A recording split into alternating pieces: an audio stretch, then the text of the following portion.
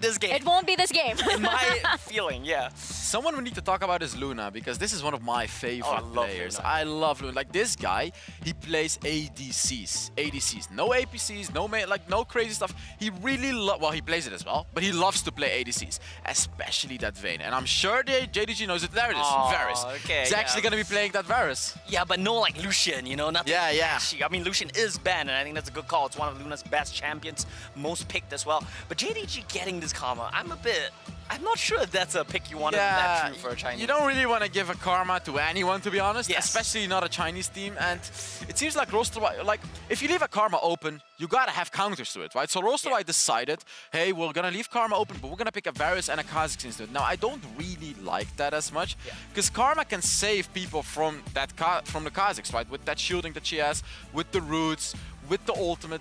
Like, I believe this is not the answer to the Karma.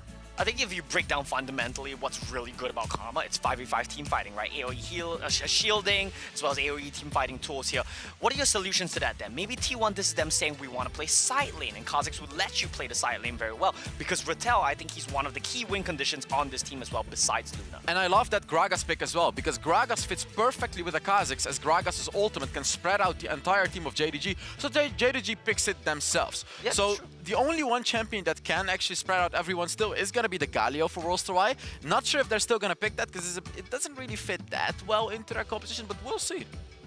I'm curious with this pick from Zero, though, the Singed, because I feel like, you know, the Singed has a lot of potential to be a little trolly, you know, going into a game. So I wonder if Rolster Y are thinking, okay, we need to do something a little bit crazy here since we're going up against, again, a WRL team. So the thing about Sinch is he's always good, and especially against these melee champions, against the Lee Sin, against the Gragas, like he can throw them back and he can really put them off guard.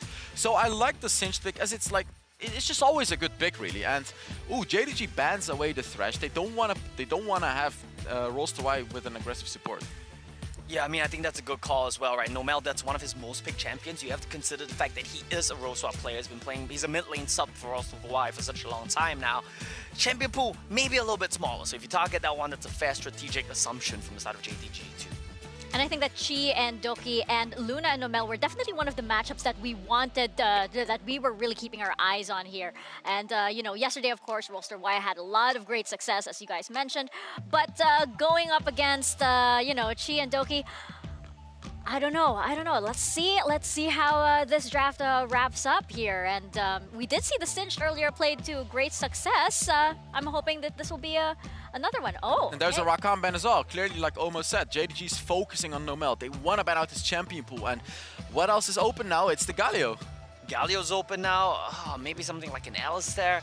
I'm not exactly sure what they want to do go the for. Malphite again if they want to. But they don't have the Senna anymore. They've banned it away. But I think the crux of the draft right now for RY needs to rest in Rattel's hand. He needs to have a good counter pick. He needs to have a good matchup to let them play to his win condition. Yeah, Alistair Varus. This is a solid draft so far from RY, but it needs the linchpin. It needs a game winner. They don't have a game winner right now. Let's see what Rattel picks for that. I assume it's going to be the Renekton in the Baron lane. A very strong and solid champion that can pretty much be... Oh, well, okay, JDG just picked it away. Then that's Akali angle. Akali? You think it's going to be Akali for Rolster Y? Yeah. Oh, that would be interesting. They have the Alistar as a tank. They have the Sinch as a tank. It could happen. Ooh, that's also a Garen, by the way. JDG is playing a it's a pretty difficult. How about a Veigar? Oh, imagine if they put Singed in the Baron lane and a Veigar. Yet again, like this draft right here is a perfect Veigar draft. I mean, probably not gonna happen, but that would be my fantasy. Hels just really loves the Veigar. Right Hels just really loves the Veigar and would like any team to play the Veigar. Oh, and that's also good. It works against the Bruisers, right? But the thing is, right now, it's not a game winner here for Rattel. What's RY's team comp gonna do? It's just gonna 5v5 you. It ends up still being a 5v5 comp. How about an AP Varus right here? How about an AP Varus? That could I've never work. seen that before. You've never seen AP No, Varus? I've never seen AP Varus works very well into those tanks, like the Renekton, like the Garen, like the Gragas, and even against the likes of Lee Sin. It would be a very bold move to make, but if you do it, then this is the exact draft you want to do it. I mean, I think it'll be very interesting, right? Because right now, the only tank killer that Rolster Y really has is the Darius, and that's so conditional as well. Varus could be with the AP build, like that's what I'm saying. You play the game as well.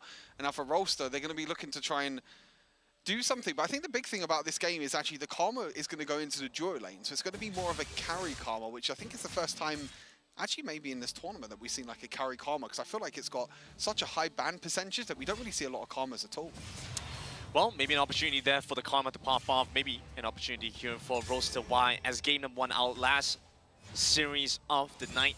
Rolster Y with an opportunity here, but everyone has tried everything. They've tossed everything in the WRL teams. Nothing has seemed to stick so far, and they are looking unbeatable right now, Stuart. See Luna do like a little 360 there. He was I like that with Varus. It's like when you're charging up the piercing arrow, you could do like a little 360. You can spin around. 360 no scope. Yeah, that's a classic one for anyone. Maybe that. I think that's Please more of don't, like a, please don't say classic. If it makes me feel like if our audience doesn't understand the joke, well, we're aging here, Stuart. I feel like it's a bit more of a boomer thing, really. To be fair, maybe the Zoomers that are watching won't really understand that. It's a classic thing. I'd call it a classic thing, but All right. hopefully most of you will know. Well, we're tasteful. You know, we like the classics. But back into this game anyway, I think for Rolster, they had a little bit of a struggle yesterday. They only won 2-1 in the end against Liberty, against the Brazilian team, but they showed that they can play different styles. And saying that, What an interesting start here. Rolster Y actually very close to something happening in the mid lane, nearly finding a kill, but JDG with an aggressive move Noel's up onto here. Rattel. Doki match here by the opposite side. Noel's gonna come in, but it's JDG that managed to run them down. 2 on the board for JDG. Doki flashed to make sure he can land the body slam, which was huge. You know, Nomel with the roam, Doki with the roam as well. But Doki's the one that comes out on top because it was a 3 versus 2 situation. And look at Lemon. They're going to try and trap them here. Rattel's going to walk straight back into Lemon. He's level 5. He has the ultimate. He gets to walk in. Singdo level 4 here as well with so much damage. They wait out the knockup. He's alive, and needs a though. little bit more damage to the kill, but Rattel gets away by JDG. What an incredible sign of dominance. That was a perfect setup for the side of JDG, but they weren't able to secure the kill. That means Zero has to roam up to the Baron lane as well and take away all this gold and experience. But look at the gold lead already. Look at that Baron lane. Lemon is 1,000 gold ahead already. 2 levels up from Rattel. And I feel like this game is in a lot of Rattel's hands because, as they mentioned on Anistesh, you know, we need a tank killer. There's not really a tank killer in terms of Varus or in terms of Singed or even Kha'Zix. It has to be on Rattel to try and get ahead. But the problem is he's already fallen so far behind. Yeah, it's conditional. He needs a lead. And it feels so difficult now that Rattel's already falling behind. And a big part of that is also going to be how JDG intend to continue with their lead as well. We know how well they're able to push advantages where they have them. Look at that freezing wave. Yep. I mean, what does Rattel do in this spot? There's nothing that he can do, I feel like, in this spot. I mean, he has to just get as much gold and as much experience as he can in the bot lane. But Nomel and Luna in his bot side, they're going to try and get a pick here. Surely not. They're Okay, going Chain in. of Corruption comes through. Noel does get that knockup, gets a combo over on the shield. The exhaust will hold him down, and no way for Chi to fight back. But JDG, no one falls here. Yeah, nothing at all, unfortunately. And look, the problem is now is that because Rattel is so far behind, it feels like Zero and Do have to just stay with Rattel the entire time. It basically acts as like bodyguards for Rattel. Because if Rattel is all by himself against this Renekton, he can just solo kill him over and over again. And you can see that Rattel has to stay underneath his tower. And look, JDG, they're just going to push towards his bot side now as well. But we're also going to look to play aggressive, but I'm not too sure if this is what you want to do. Doki gets a body slam back. Kick on to Noel, and Nomel with the Ignite ticking down will lose his life. Rolster Y stuck under Tara. Luna dropping down low as you watch Juju nearby, looking for an angle of his own. Alistar was a little bit tanky there, but was able to go down. I think it was the Ignite in the end by Doki that actually got him in the end. So Seems to be the case. again, JDG are the ones, they're at the right place at the right time. They're trying to get a few kills, and look, Rattel is just... He's going to be struggling. This is like the worst situation, I feel like, for a Baron laner, where you're over 1,000 gold behind in the early game, and especially with, like you said, you know, Lemon was freezing the wave as well. You don't have a lot of gold, you don't have a lot of experience. Over 1,000 gold behind already, and now Doki's here again. Such an active start from JDG, right? We've had a bunch of games between guys like FPX, teams like Nova, and they took things relatively slow to begin with, right? They didn't come out the gates swinging in. This time around, the fact that JDG is making those proactive moves gives them a solid lead as we move into the first spawn. Yeah, I think it comes down to the draft as well. You know, you have the Lee Sin, you have the Renekton, these early engaged champions. Even the Garen as well could do really well in the early game. And Jojo? A critical moment here. Jojo might go down. Noel is chasing after him. The support picking down your mid laner. But now you watch Noel stuck inside the pit. Had to spend some time getting away now. Trying to use the Transcendent Embrace to find a catch onto Luna. Only catches Noel by this side, but he won't go on the Alistar. Not now, at least. JDG over by the back, and here we come up Rolster. Why? And now he's starting to see come online Ratel, but he doesn't have enough damage, doesn't get the reset down, but Rolster will run down JDG. And Nomel again, the substitute for the side of Rolster. He shows that he can play support. He came in to the Rolster. He's a substitute for Rolster as a mid laner, a Baron laner. He comes in as a support into this roster, and he showed in the previous series as well, and he showed in this series why he can come in and why he can dominate. And that's effectively the entire lead gone there. It was huge, and it started off really with him getting the solo kill on the backline as well. He was like, oh, I'm just going to kill Jojo as we take a look at the Coca-Cola pop-off, but Do as well on the backline. He's 1 HP, he's just staying there. He's making sure that he keeps himself alive. They kind of got into a situation when Jingdo as well on the top side, he tried to get the pick. He actually misses his first ability as well. He has to flash away, but look at this knockup. Flash into headbutt, pulverize, and then Luna's poke afterwards as well. And that allows Do to come in with the cleanup of the assassin. Yeah, if we saw Ratel get a kill there with his ultimate initially, pretty sure that was a reset. Pretty sure that was a wipe onto JDG. And all the gold lead, all the effort expanded in the early game, now not amounting to too much against Rolster. Why JDG need to work their way back into a strong position. But they had the Rift Herald and they used it, and so we do see that happen once again. Yeah, exactly. The Rift Herald means that they get the first tower of the game in the mid lane, which means that they still have a gold lead. You know, even though they lost that team fight, they're still at a 1,000 gold lead. This is the crazy thing, and this is what we talked about as well about, you know, the WRL teams, is that even if they lose team fights, they still play the map so well. They know where to be at the exact same time, and they're on the same page as well, which means that they can get gold leads, maybe not through team fights, but maybe through just taking objectives and getting minions. You can tell, Rolster, they know something's up. Why is Lemon stepping up to like this? Why is he stepping up? And they know something's going on here, so they're not being baited in. Nomel sees all this happen, and they just want to stay safe. Nomel is just making sure that he doesn't do anything. There you go. He sees Doki. He's like, yeah, I knew you were there the whole time. There was nothing really he could do. But JDG, they're looking to try and still make the tower dive here. Between the turret dive or the turret, they'll take either, but they get neither. Yeah, they don't get anything in the end. Nomel is the one that tries to go for the engage again, and Nomel's a player that I really wanted to highlight really in this series, because coming in as a substitute, it can be a little bit difficult. We've seen other teams as well struggle when it comes in terms of, you know, substitution and everything as well, and last second changes. But Nomel's come in and he's fit right into this roster as a support, and he's going to go in again. He's making the engages. JDG sees Lemon get caught out. The Chain of Corruption won't be able to hold him down long enough. So close with the arrow, but Rolster narrowly miss a kill again. He's going to look to engage again, potentially Lemon. Oh! Lemon! You should know that's coming. The piercing arrow from Luna. Job and well he gets done. a kill. That was beautiful from Luna. But up in the top side, maybe a response here by getting catch onto Zero. They want to find a kick, they want to find something here, but difficult. The Singe so quick to run away. That's just such a Singe thing to do. It's like, press his ultimate, you just walk forward, clear the minion wave, and you just back off, and you don't even die. You're just that tanky. You just walk forward and just do everything. But Rolster this game, they're doing pretty well in this game. They now have a gold lead. They've come back now, they've got a gold lead. They've got a few towers, they've got a few kills.